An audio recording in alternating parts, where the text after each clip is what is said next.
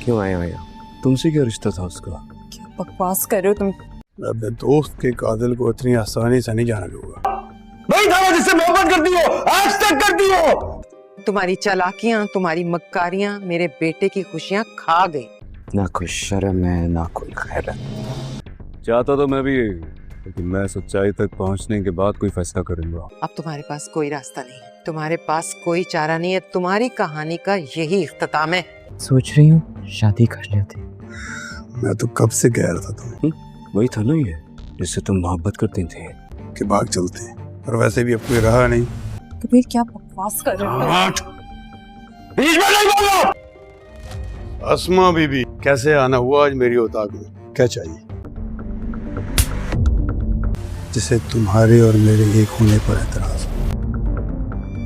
भाई अपनी हिम्मत नहीं हारनी है। मैं वादा करता हूँ आपको ऐसा निकाल लूंगा।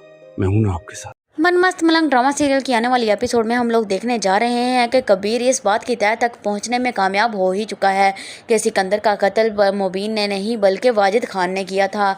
इसीलिए वो वाजिद खान के बारे में सारे सबूत भी इकट्ठे कर लेगा।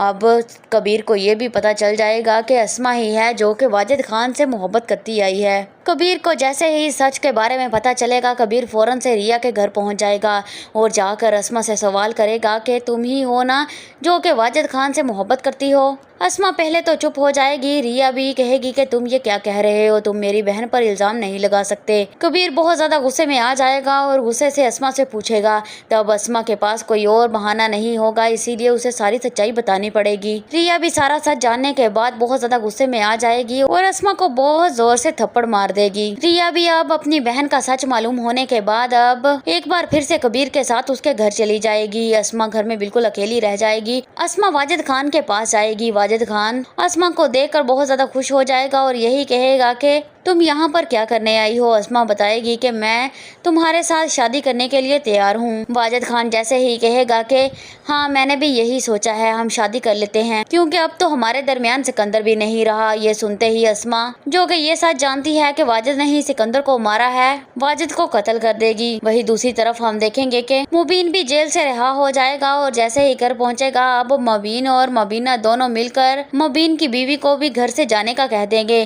क्योंकि मुबीन की बीवी ने सब लोगों का जीना हराम जो कर रखा था।